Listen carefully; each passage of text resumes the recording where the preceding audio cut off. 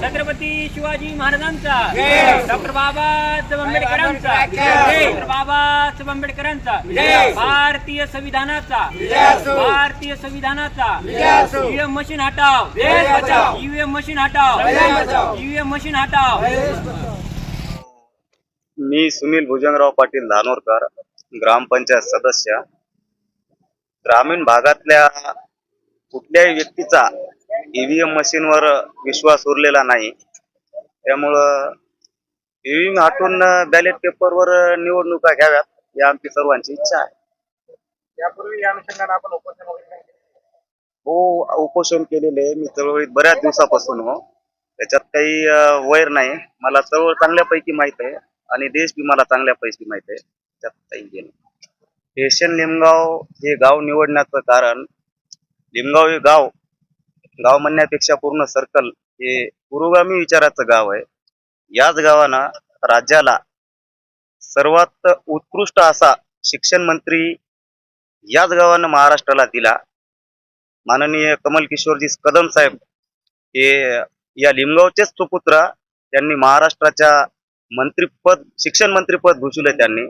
आणि आपल्या बाजूला ते आता दिसत आहेत ते स्वर्गीय शामरावजी कदम साहेब, त्यांनी अनेक गोरगरिबासाठी, सर्वांसाठी त्यांनी चांगले कामं केलेले आहेत। त्याच्यामुळे आम्ही हे लिमगाव ठिकाण स्वीकारलं। मी आमरण उपोषणावर ठाम आहे आणि माझ्या मागण्या जर मान्य नाही झाल्या तर मी आत्मदहनाचं बी पुढं काही निर्णय घेणार आहे। पोलीस प्रशासनाची चर्चा झाली माझी, त्यांनी माझ्यावर दबाव टाकून मला हे करण्याचा, उपोषण मागे घेण्याचा प्रयत्न त्यांनी केला होता, पण मी कुठेही मागे हटलं नाही। मी उपोषणावर ठाम। सर्व लोकांचा पाठिंबा आहे, सर्व लोकांचा म्हणण्यापैकी पूर्ण देशाचाच मला पाठिंबा मिळेल मी अशी अपेक्षा करतो आणि ते 100% होणार। एक उदाहरण सांगतो तुम्हाला, पंजाबमध्ये ईव्हीएम हटवून बॅलेटवर निवडणुका झाल्या, तिथं भारतीय जनता पार्टी ही 7व्या क्रमांकावर गेली। मग आता याच्याहूनच आता तुम्ही ओळखून घ्या।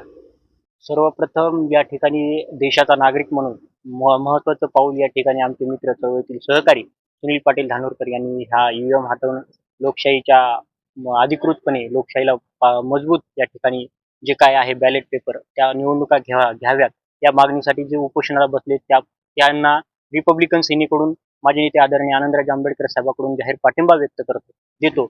आणि खऱ्या अर्थानं या देशामध्ये संविधान अस्तित्वात आहे का नाही हा प्रश्न या ठिकाणी उपस्थित केला जातो।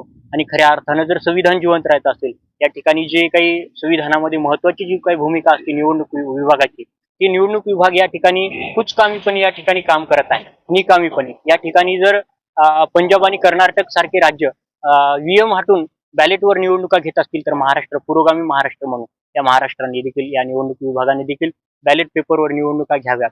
या ठिकाणी देशाचा जो कणा असतो, या देशाला जर दिशा देण्याचं काम या ठिकाणी या देशाच्या नागरिकांनी, युवा वर्गाने केलेलं आहे। या ठिकाणी आमचे युवा मित्र सुनील पाटील यांनी जो काही पुढाकार घेऊन आमरण उपोषणास बसलेले आहेत, या ठिकाणी त्यांना देशभरातूनच नाही तर या पुरोगामी महाराष्ट्रातल्या सर्व आंबेडकरवादी पक्ष संघटनांच्या वतीने पाठिंबा नक्कीच मिळेल ही आशा व्यक्त करतो। भारत हे लोकशाही पूरक देश असल्यामुळं प्रत्येक नागरिकाच्या इथं मताला महत्त्व आहे।